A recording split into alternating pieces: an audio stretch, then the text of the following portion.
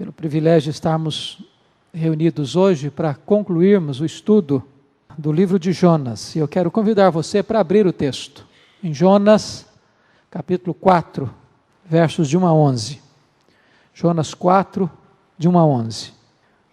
Com isso desgostou-se Jonas extremamente e ficou irado. E orou ao Senhor e disse: Ah, Senhor, não foi isso que eu disse, estando ainda na minha terra? Por isso me adiantei, fugindo para Tarsis, pois sabia que és Deus clemente e misericordioso, e tardio em irar-se, e grande em benignidade, e que te arrependes do mal. Peço-te, pois, ó Senhor, tira-me a vida, porque melhor me é morrer do que viver. E disse o Senhor: É razoável essa tua ira? Então Jonas saiu da cidade e assentou-se ao oriente da mesma, e ali fez uma enramada, e repousou debaixo dela à sombra, até ver o que aconteceria à cidade. Então fez o Senhor Deus nascer uma planta que subiu por cima de Jonas, para que fizesse sombra sobre a sua cabeça, a fim de o livrar de seu desconforto. Jonas, pois, se alegrou em extremo por causa da planta. Mas Deus, no dia seguinte, ao subir da alva, enviou um verme, o qual feriu a planta, e esta se secou. E nascendo o sol, Deus mandou um vento calmoso oriental.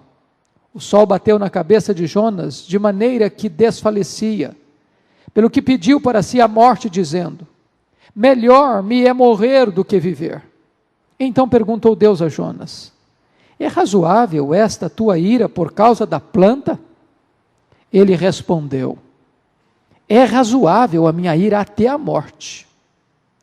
Tornou o Senhor: Tens compaixão da planta que te não custou trabalho, a qual não fizeste crescer, que numa noite nasceu e numa noite pereceu? E não hei eu de ter compaixão da grande cidade de Nínive, em que há mais de 120 mil pessoas, que não sabem discernir entre a mão direita e a mão esquerda, e também muitos animais? Que Deus nos abençoe, queridos. Nós vamos meditar sobre o tema Jonas, um homem em crise com Deus. Jonas, um homem em crise com Deus. Nós poderíamos sintetizar o que nós já vimos até aqui da seguinte maneira. No capítulo 1, nós encontramos Jonas e a tempestade. No capítulo 2, encontramos Jonas e o peixe. No capítulo 3, Jonas e a cidade. E agora, capítulo 4, Jonas e o Senhor. Você vai perceber que o escritor vai da compaixão de Deus para a ira de Jonas, do triunfo do propósito divino para o desejo fracassado de Jonas. E é curioso perceber, porque no capítulo 3 você vai notar o sucesso estrondoso da pregação de Jonas.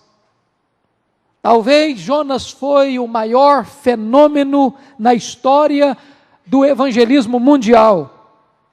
Nunca houve tamanho sucesso na evangelização como aquela experimentada por Jonas em Nínive. Entretanto, ele não se alegra com o seu trabalho, com os resultados da sua pregação, porque sua mentalidade estreita, exclusivista, preconceituosa, priva Jonas de alegria, e ele se enche então de ira. Já que os ninivitas não morreram, ele quer morrer. Eu acredito que esta mentalidade exclusivista, ela ainda está presente hoje. Há muitos segmentos religiosos que pensam que podem lotear o céu e parecem ser os únicos detentores da graça de Deus. Querem a graça de Deus apenas para eles. E se o livro de Jonas terminasse aqui no capítulo 3, teríamos que admitir que Jonas tivesse sido talvez um dos maiores profetas da história, porque terminaria com o resultado esplêndido da sua pregação. Mas Deus não está preocupado apenas com resultados. Deus está atento às motivações. Por isso, o capítulo 4 parece que começa um anticlímax, conclui com um anticlímax. Porque depois de um resultado tão estupendo, Deus abre a cortina do coração de Jonas e vai revelar a nós que este homem fez a coisa certa com a motivação errada. Teve resultados estupendos, mas ele não queria esses resultados. E a palavra de Deus está nos alertando sobre o grave perigo de nós estarmos obedecendo a Deus sem alegria, sendo uma bênção para os outros, mas não usufruindo dessa mesma bênção. De tal maneira que o livro de Jonas termina não falando apenas da conversão dos ninivitas, mas também abordando a rebelião de Jonas. Enquanto os pagãos se derretem, Jonas se endurece. Enquanto os que viviam nas trevas correm para a luz, aquele que vivia na luz caminha na direção das trevas. De tal maneira, queridos, que enquanto os pagãos buscam o favor de Deus, o profeta se insurge contra Deus. E eu gostaria, à guisa de introdução, mencionar aqui três perigos a que nós estamos expostos na obra de Deus. Em primeiro lugar, o perigo de pregar aos outros e não usufruir o poder da mensagem que se prega. Notem isso. Jonas viu o poder de Deus agindo gloriosamente em Nínive. Ele percebeu que, como resultado da sua pregação, os corações mais duros começaram a se quedar. A cidade sanguinária, a cidade da feitiçaria, a cidade da promiscuidade se humilha até o pó. Mas Jonas é um pregador que confronta os outros, mas não confronta a si. Ele é um canal de bênção, mas ele não recebe essa mesma bênção. É muito triste, irmãos, quando os servos de Deus são uma bênção para os outros, mas eles próprios deixam de ser abençoados. Isso é um grande risco, de você ser apenas um canal, mas de repente esta bênção que você leva para os outros, não para na sua própria vida. Isso aconteceu com Jonas. Segundo perigo que eu gostaria de alertar os irmãos, é o perigo de se cansar da obra e na obra. A impressão que você e eu temos lendo o livro de Jonas é que ele obedeceu porque não tinha outra opção. Porque Deus o encurralou por todos os lados. O que ele pensou foi isso: ou eu obedeço ou Deus me mata. Ele estava entrincheirado por Deus. O que você percebe na leitura do livro é que o ministério para Jonas não era um deleite, era um peso. Jonas não tem alegria no que faz. Ele prega e alcança os maiores resultados, mas a conversão de todos os seus ouvintes lhe traz desgosto em vez de alegria. Na verdade, Jonas está deprimido e cansado de Deus, cansado da obra e cansado na obra.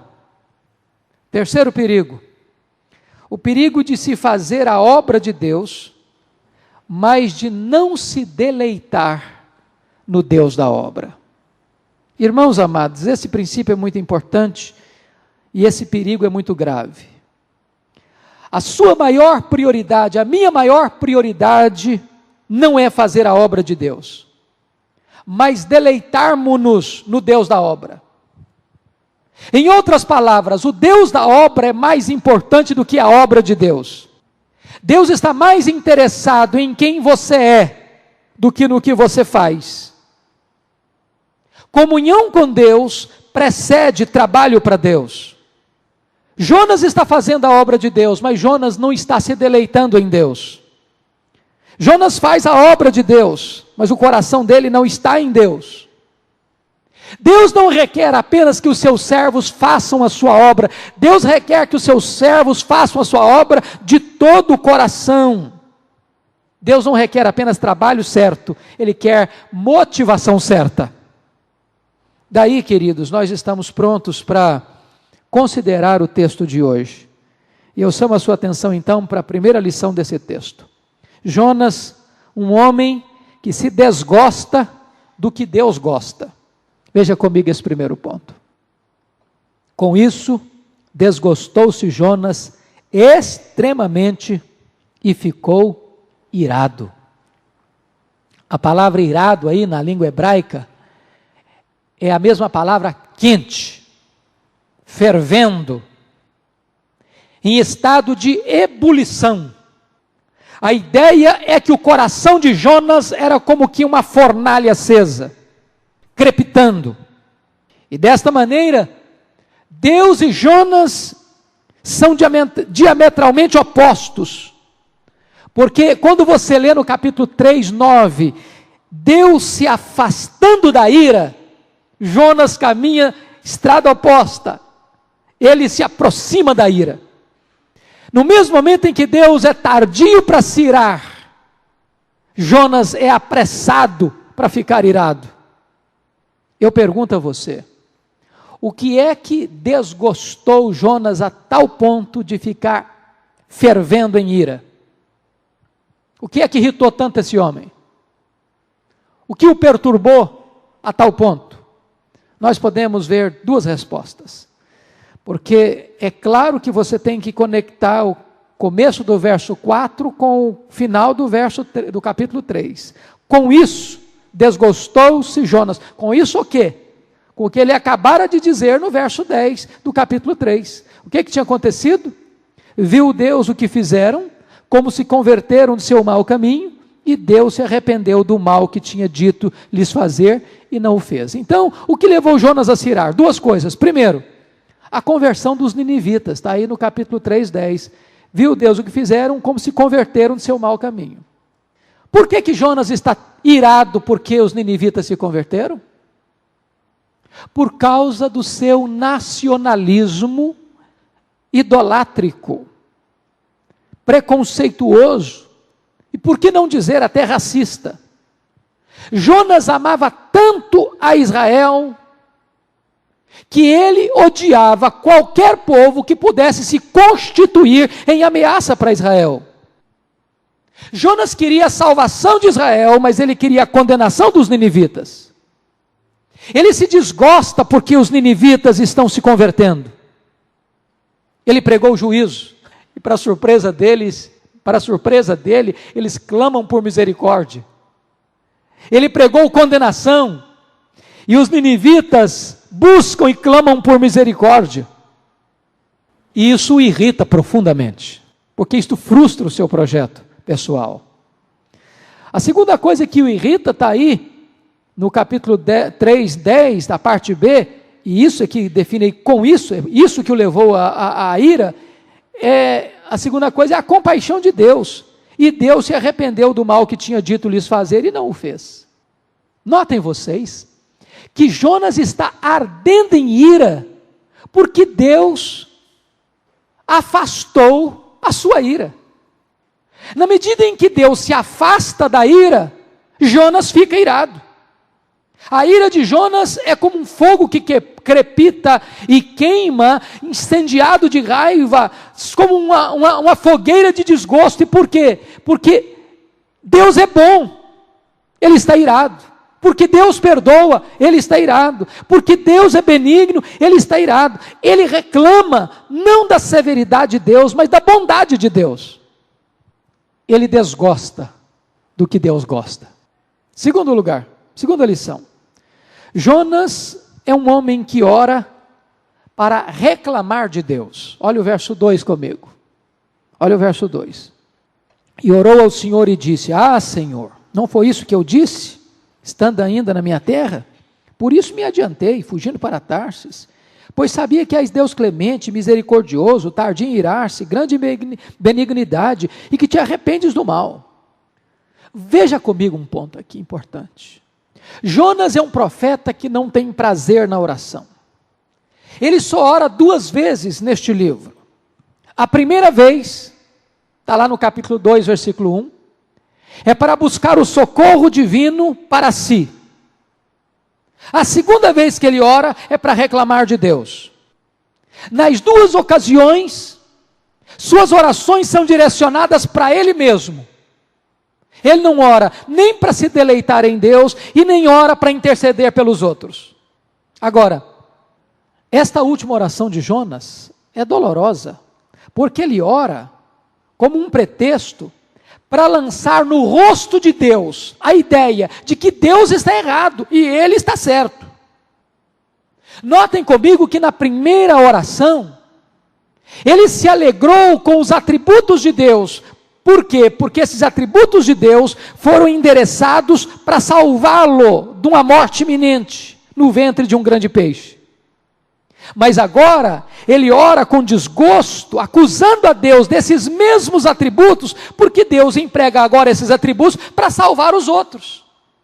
Quando se trata de salvar a ele está feliz. Quando se trata de salvar os outros, ele está infeliz. Agora, existe certamente uma distinção entre a primeira e a segunda oração. Poderíamos dizer que ele fez a melhor oração no pior lugar, no ventre do peixe, porque pelo menos ele pede clemência e misericórdia. E ele fez a pior oração no melhor local, porque ele fez a pior oração em Nínive, o centro da vontade de Deus para a sua vida, e onde Deus estava realizando os maiores milagres, a conversão de centenas de milhares de pessoas. Na primeira oração, ele pede a Deus, com o coração quebrantado, para que Deus o salvasse. Na segunda oração, ele pede a Deus com o coração irado, para que Deus o matasse. Por que ele foge de Deus, à luz do verso 2? Ah, Senhor, não foi isso que eu disse? Estando ainda na minha terra? O que leva Jonas a fugir de Deus para Tarsis, não era o medo da morte, mas era o medo que os ninivitas não morressem. Esse era o medo dele. Jonas não ora para entrar na sala do trono, como cantamos hoje, e banquetear-se na intimidade de Deus.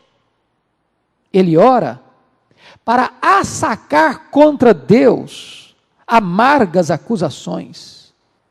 Que coisa triste. Ele está reclamando de Deus, porque Deus salva, porque Deus perdoa. O que leva esse homem a se encher de ira? Vamos ver o verso 4 aí, verso 2, em primeiro lugar, olha aí. Por isso me adiantei fugindo de Tarsis, pois sabia, primeiro, que és Deus clemente. Ele está irado por causa da clemência de Deus. O que é a clemência de Deus? Este santo atributo da excelência moral de Deus, onde Ele é paciente e benigno em suas obras e em suas ações. Jonas perde o controle, porque Deus é imutável no seu plano eterno de salvar pecadores arrependidos. Em outras palavras, Deus é benigno. Segundo lugar, ele está irado por causa da misericórdia de Deus, e misericordioso, está aí no verso 2. O que é misericórdia? Misericórdia é quando Deus não dá a você e a mim o que nós merecemos. Nós merecemos o juízo e Deus nos dá graça. Nós merecemos a condenação e Deus nos justifica. Nós merecemos o juízo e Deus nos perdoa. Note que Jonas está ardendo em ira porque Deus é cheio de misericórdia. Terceiro lugar, por que ele está irado? Ele está irado porque Deus é tardio em irar-se. Se Deus é lento em se irar, Jonas é rápido em se entregar à ira. Ele caminha em direção oposta à ação de Deus. Isso é maravilhoso ler na Bíblia, irmãos. Deus não condena ao pecador antes de oferecer a ele uma chance de arrependimento. Antes das taças do juízo serem derramadas, as trombetas da graça são tocadas.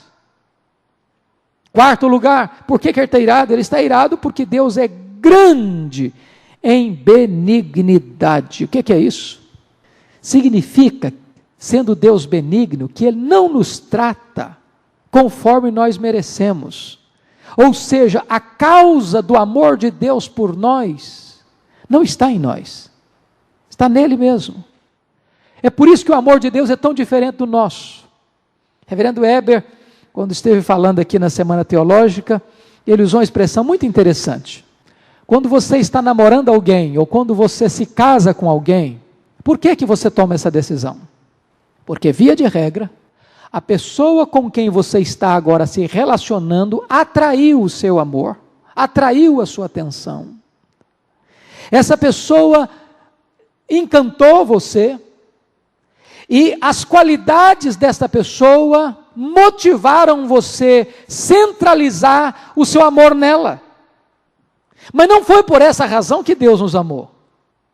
Não havia nada em nós que agradasse a Deus ou que atraísse o amor de Deus. A Bíblia diz que Deus nos amou sendo nós inimigos, sendo nós pecadores. Ele nos amou não porque a razão do amor dele estivesse em nós, no objeto amado, mas naquele que ama, nele mesmo. Isso é benignidade.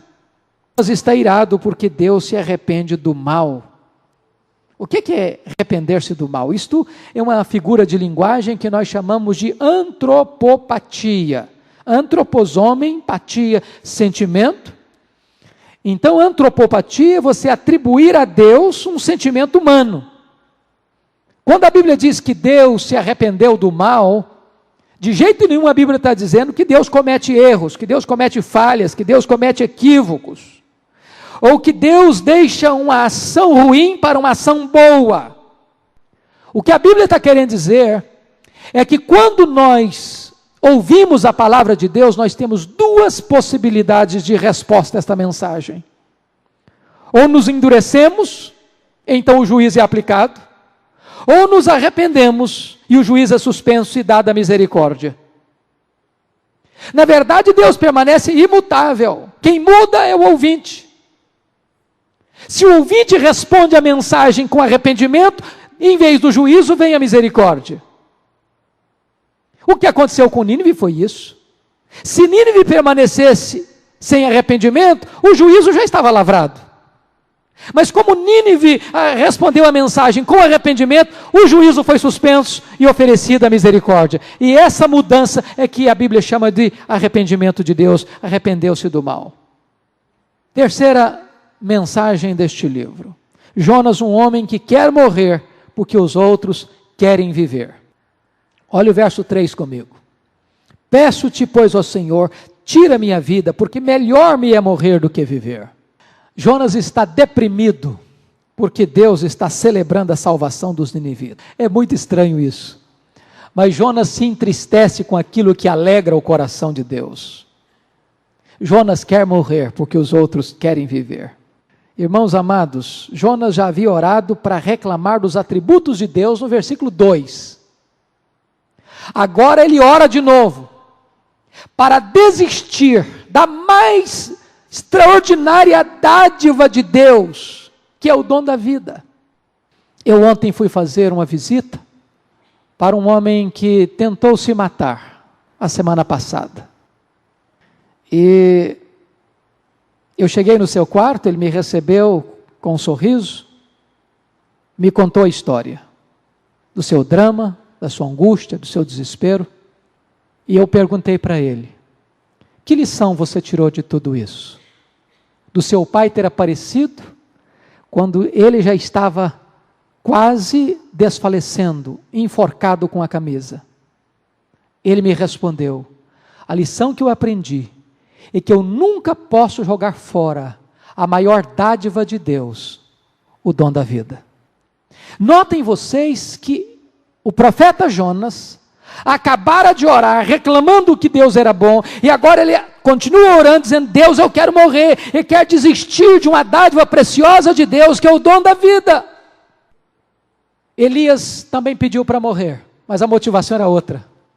Elias quer morrer porque ele olha para o seu país, para a sua nação, e vê que as pessoas não têm zelo pelo nome de Deus. Jonas quer morrer por egoísmo, porque a vontade dele egoísta não está sendo feita. Duas razões motivaram a Jonas para querer morrer. A primeira delas foi sua reputação.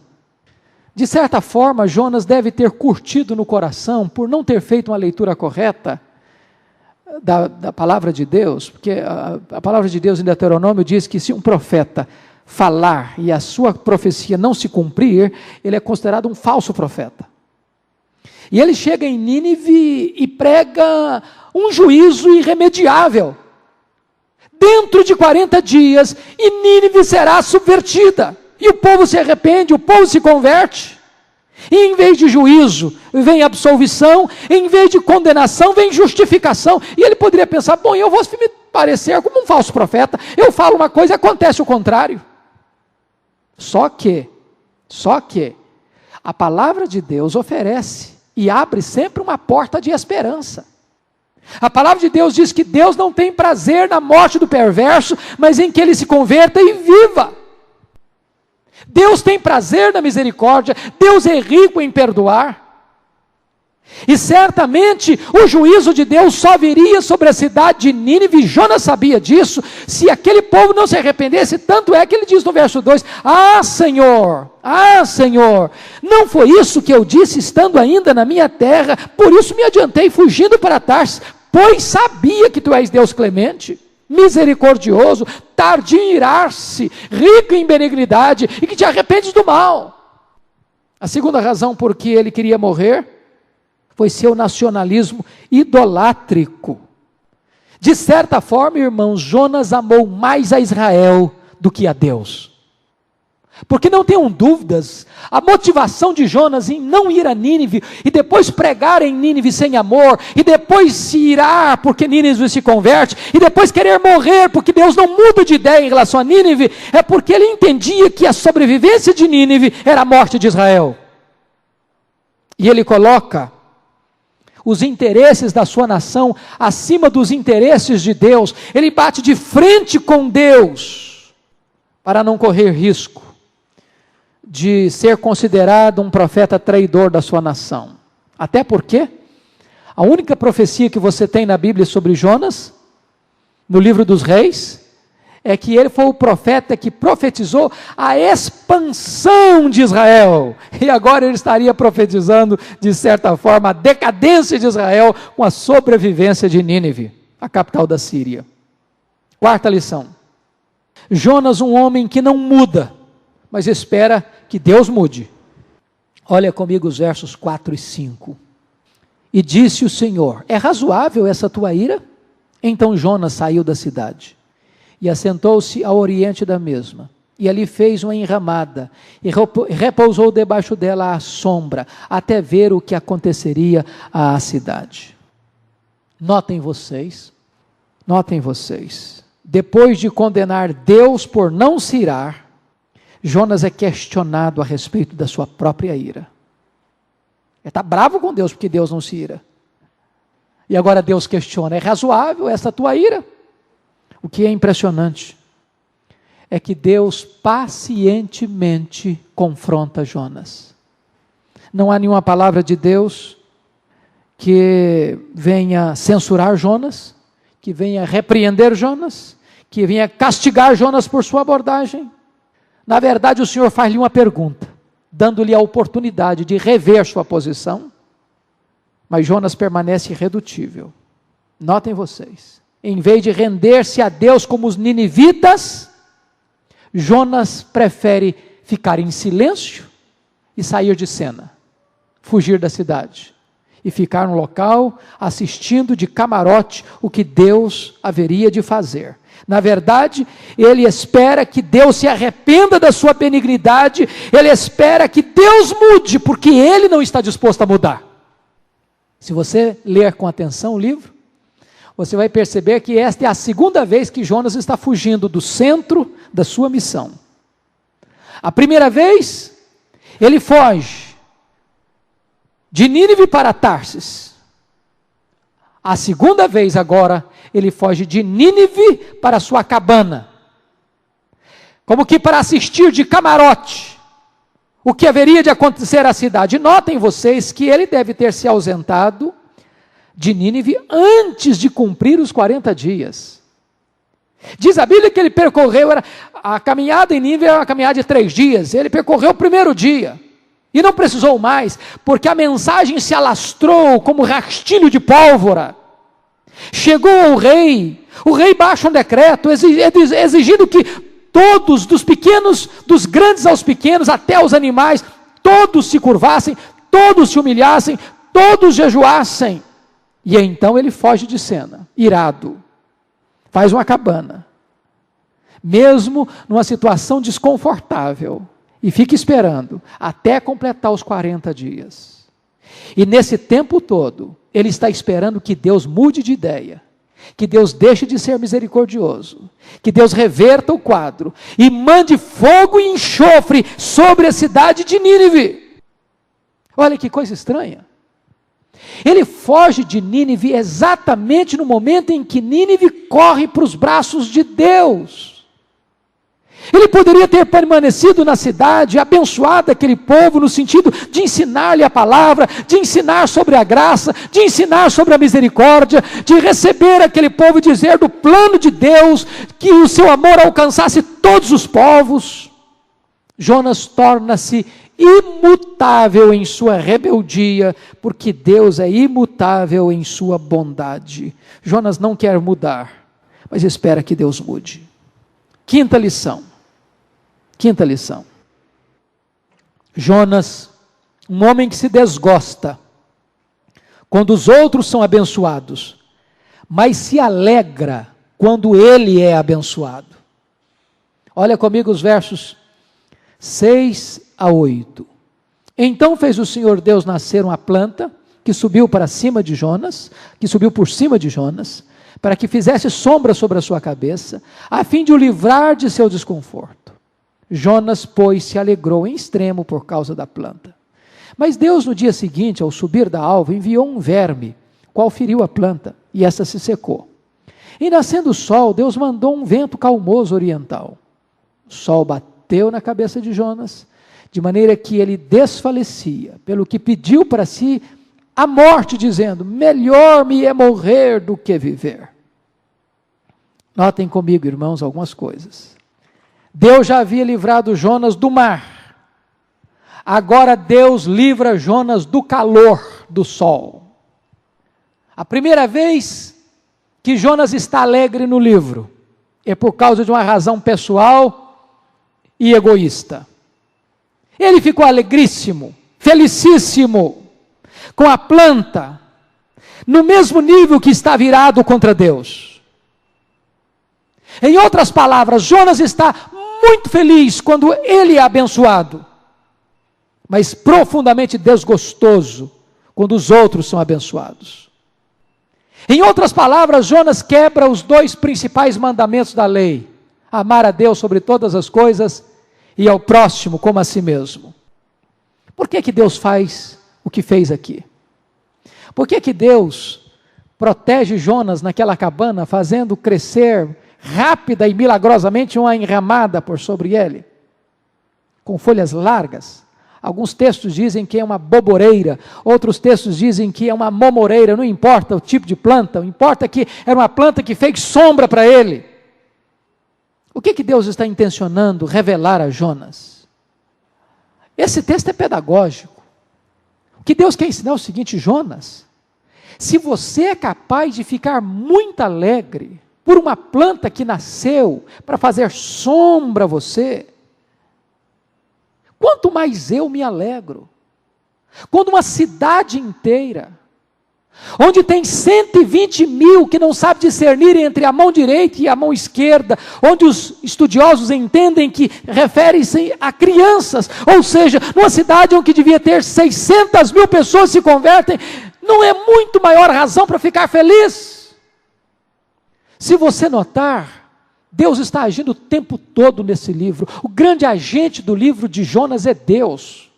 Foi Deus quem mandou a tempestade atrás de Jonas. Foi Deus que mandou o peixe tragar Jonas. Foi Deus que mandou o peixe vomitar Jonas. Foi Deus que mandou Jonas de volta a Nínive. Foi Deus quem converteu o coração dos ninivitas. Agora é Deus quem faz a planta brotar e crescer. É Deus quem manda um verme para destruí-la. É Deus quem manda o vento calmoso. e o sol inclemente sobre a cabeça de Jonas. Agora preste atenção, o que significa esse vento calmoso e o sol batendo na cabeça dele e ele desfalecendo? Possivelmente este vento é o chamado siroco. O siroco é um vento quente, é um sopro quente, quase sufocante, que atinge aquela região, elevando a temperatura para mais de 45 graus. Quando esse vento sopra, via de regra, nem os pássaros conseguem ficar expostos. Eles procuram sombra, abrem o bico, abaixam as asas, os animais procuram cavernas, os homens têm que fugir do seu trabalho e se esconderem nas casas. Possivelmente, Deus manda esse vento quentíssimo. E alguns estudiosos chegam a dizer que Jonas chega a desmaiar. Alguns chegam a pensar que ele era calvo, e o sol foi tão forte que ele não suportou, ele desfaleceu. E Deus estava ensinando uma lição. Jonas, se você é capaz de se desesperar por alguns momentos de sol quente sobre a sua cabeça, não iria eu me importar com milhares de pessoas que iriam perecer no fogo do inferno, na condenação eterna? Será que você se importa de sofrer um minuto e não se importa de uma multidão perecer eternamente? Queridos irmãos, se Jonas está desgostoso com a vida a ponto de querer morrer porque uma planta nasceu e no dia seguinte pereceu, será que ele não deveria se alegrar pela conversão das pessoas? Se Jonas foi capaz de se importar com a planta que secou, a qual ele não fez crescer, não deveria Deus ter prazer na salvação de milhares de pessoas? O que está acontecendo aqui é que as coisas aconteceram na contramão da expectativa de Jonas. Ele pregou que Nínive seria destruída, e Deus destrói não Nínive, Deus destrói a planta que estava sendo razão de conforto para ele. E Deus está trabalhando com Jonas. Jonas, se você é capaz de sentir compaixão por uma planta que você não fez crescer, que você não trabalhou para ela surgir, será que você não tem capacidade de ter compaixão por milhares de pessoas? Penúltima lição. Jonas, um homem que ama mais as coisas do que as pessoas. Versículos 9 e 10, olha comigo. Então perguntou a Deus a Jonas: é razoável a tua ira por causa da planta? Ele respondeu: é razoável a minha ira até a morte. Tornou o Senhor: tens compaixão da planta que te não custou o trabalho, a qual não fizeste crescer, que numa noite nasceu e numa noite pereceu? 2 vezes o texto relata a ira de Jonas, 2 vezes Jonas pede para si a morte. Da primeira vez, ele ficou irado porque Deus não destruiu os ninivitas. A segunda vez, ele ficou irado porque Deus destruiu a planta. Em outras palavras, Jonas teria se alegrado com a destruição das pessoas e com a preservação da planta. Em outras palavras ainda, Jonas amava mais as coisas do que as pessoas. Havia uma inversão de valores na vida de Jonas. Ele via as pessoas como coisas que podiam ser destruídas e via as coisas como pessoas que deviam ser preservadas. Jonas amava as coisas e odiava as pessoas. E Deus pergunta para ele: é razoável essa tua ira por causa da planta? Jonas, desprovido de entendimento e cheio de ira, responde: é razoável até a morte. Se você notar, ele está com raiva, ele está irado, ele está decepcionado com o próprio Deus. Ele não se conforma com o modo de Deus agir. Ele não pode entender como Deus não é parceiro dele nos seus preconceitos, no seu ódio e na sua inversão de valores. É impressionante isso, mas Jonas não está apenas em oposição a Deus, não. Ele está em estado de oposição com os próprios pagãos. Se você perceber, os marinheiros pagãos adoraram a Deus após a libertação da tempestade. Os ninivitas adoraram a Deus antes da libertação da condenação. Tanto quantos marinheiros pagãos, quantos ninivitas pagãos estão olhando para Deus e se relacionando com Deus com temor, com respeito, com reverência. O único homem que diz conhecer a Deus está vivendo amargurado, irado, revoltado com Deus. Os gentios têm atitudes amorosas, como tiveram com ele, Jonas. Deus tem atitudes amorosas, poupando os marinheiros, poupando Jonas, poupando os ninivitas. Jonas manifesta a sua insubmissão, o seu mau humor, a sua ira, o seu rancor. A única vez que o livro fala de alguém irado, esse alguém é o homem de Deus, é o profeta. De certa forma, ele é um homem contraditório. Contraditório. A Bíblia diz que Jesus Cristo, fora dos portões da cidade, suspenso numa cruz, orou ao Pai e disse: Pai, perdoa-lhes, porque não sabem o que fazem. Jonas sai da cidade, está suspenso, não numa cruz, mas num camarote, e ele está fazendo um pedido contrário: Deus, destrói essa cidade. Jonas é capaz de amar coisas, mas ele não é capaz de amar gente. Jonas coisifica as pessoas e pessoaliza as coisas.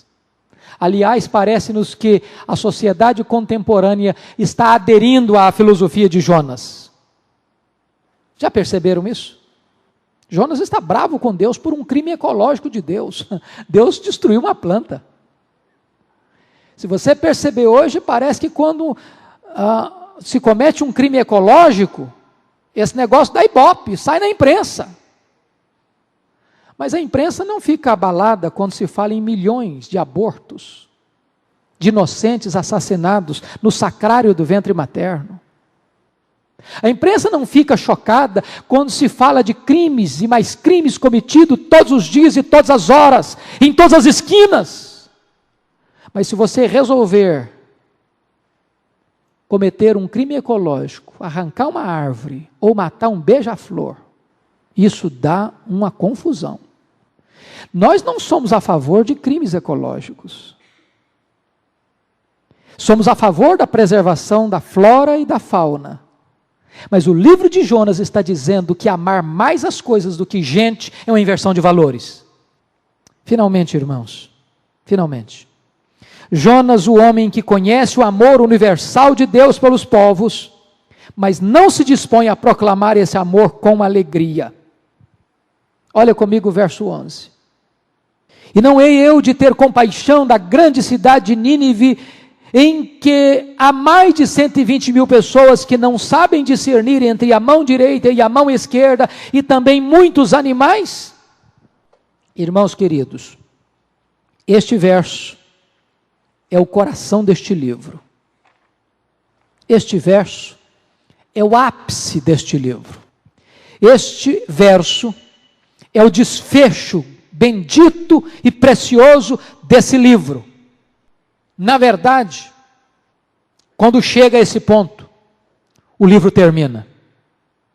Esse livro não está inconcluso, como alguns pensam. Ele termina com uma pergunta, e você não sabe que resposta que Jonas deu. Nem você nem eu sabemos se Jonas fez cessar a sua ira, ou se ele continuou amargo o resto da vida. Mas Jonas não respondeu, porque essa resposta precisa ser dada por você e por mim. Jonas não está distante de nós 2.700 anos.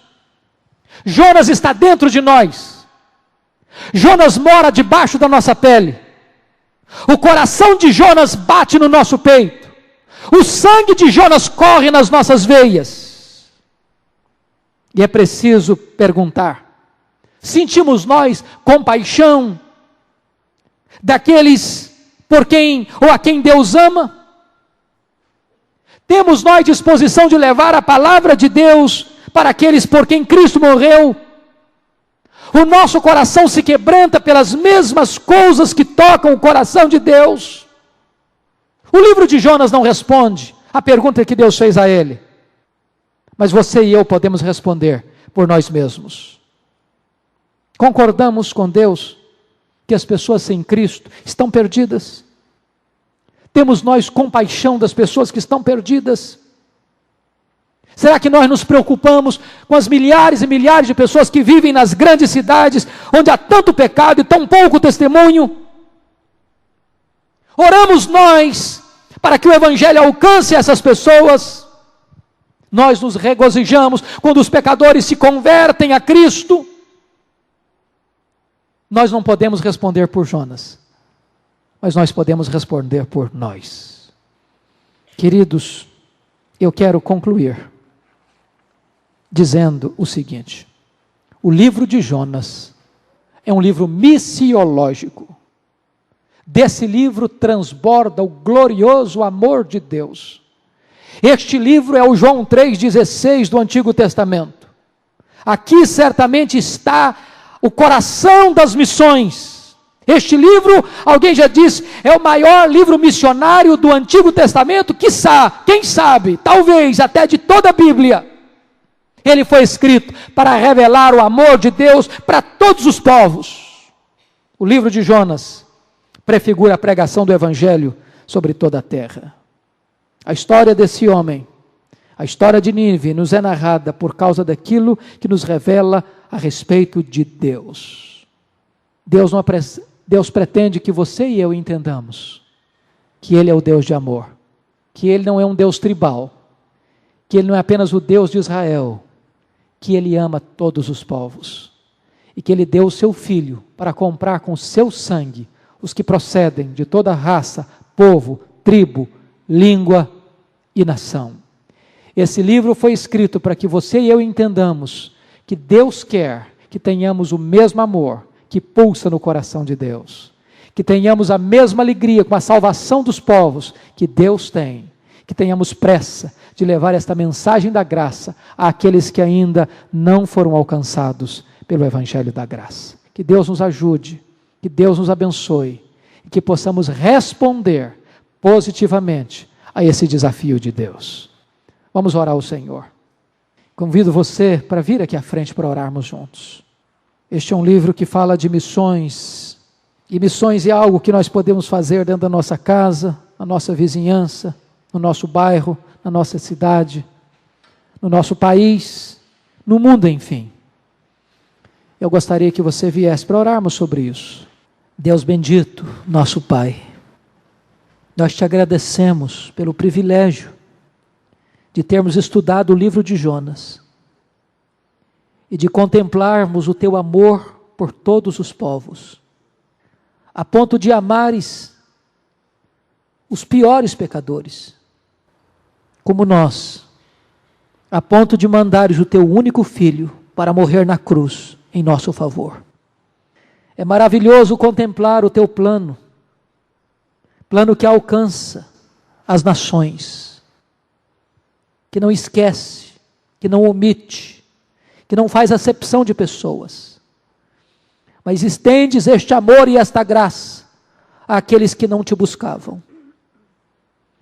Senhor, que maravilha é sabermos que fomos amados por Ti, e que Tu providenciaste os meios para que nós fôssemos alcançados por este Evangelho bendito. Te agradecemos porque um dia ouvimos a Tua palavra, porque um dia recebemos o Evangelho, porque um dia o Espírito Santo agiu em nós e mudou a nossa sorte, e tirou de nós um coração de pedra e nos deu um coração de carne, nos arrancou da morte para a vida, das trevas para a luz, da potestade de Satanás para o teu glorioso domínio. Louvado seja o teu nome, porque as nossas algemas foram quebradas, porque tu nos tiraste, Deus, do cativeiro do pecado, para sermos livres, para sermos santos, para vivermos uma vida irrepreensível na tua presença, uma vida digna do Evangelho. Ah, Senhor, nós oramos agora para que tu nos deis a tua compaixão, que jamais venhamos a incorrer no mesmo pecado de Jonas, de fugir da tua presença, de ter que sofrer dolorosas consequências em virtude da sua desobediência. E mesmo, Senhor, de te obedecer e fazer a tua vontade, mas sem alegria e sem amor. Livra-nos de um coração irado, de um coração preconceituoso. Dá-nos amor por aqueles a quem tu amas.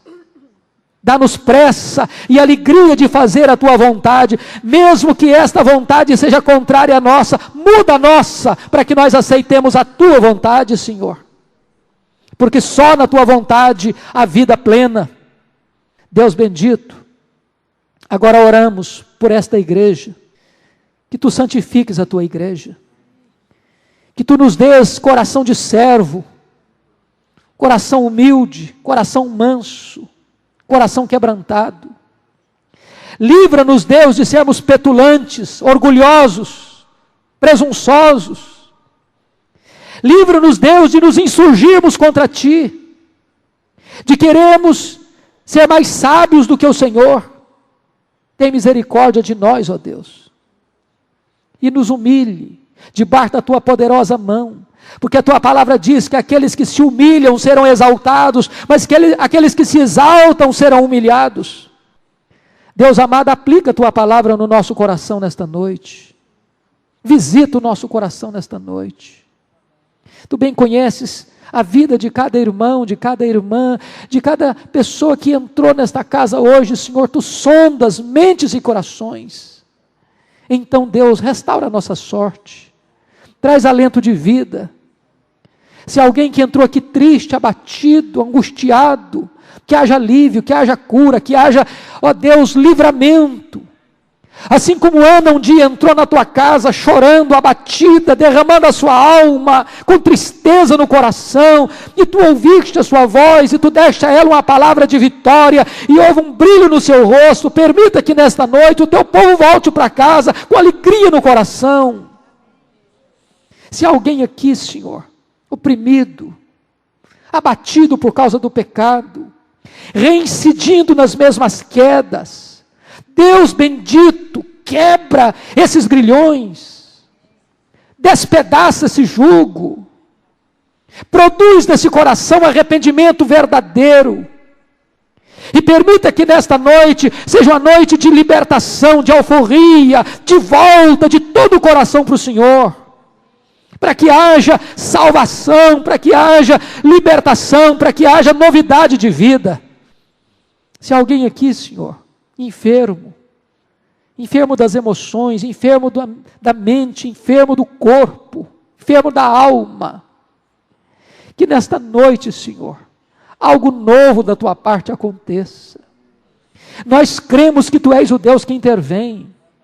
Nós cremos que onde tu estás, coisas maravilhosas podem acontecer. Deus, o livro de Jonas nos mostra o maior de todos os milagres, o milagre da conversão, de uma cidade inteira, sanguinária, perversa, truculenta, que se humilha ao pó. Deus faz o mesmo no nosso meio. Que haja salvação nesta casa. Que quando as pessoas entrarem neste templo, elas possam perceber que tu estás neste lugar e que tu és poderoso para salvar. Deus Santo, manifesta-te a nós e fortalece a nossa fé. Enche o nosso coração de gozo, de alegria, de contentamento na tua presença. Que tenhamos deleite, ó Deus, em ti, e prazer e alegria também em fazer a tua vontade. Muito obrigado, Senhor, pela bênção de estarmos concluindo o estudo deste livro. Dá-nos prazer no estudo da tua palavra. Motiva o nosso coração, dando-nos fome da tua palavra. Deus, desperta outros irmãos desta igreja para buscarem a tua face e para estarem aqui na tua casa, para juntos crescermos na graça e no conhecimento do Senhor Jesus Cristo. É a nossa súplica, Pai, em nome do Senhor Jesus. Amém.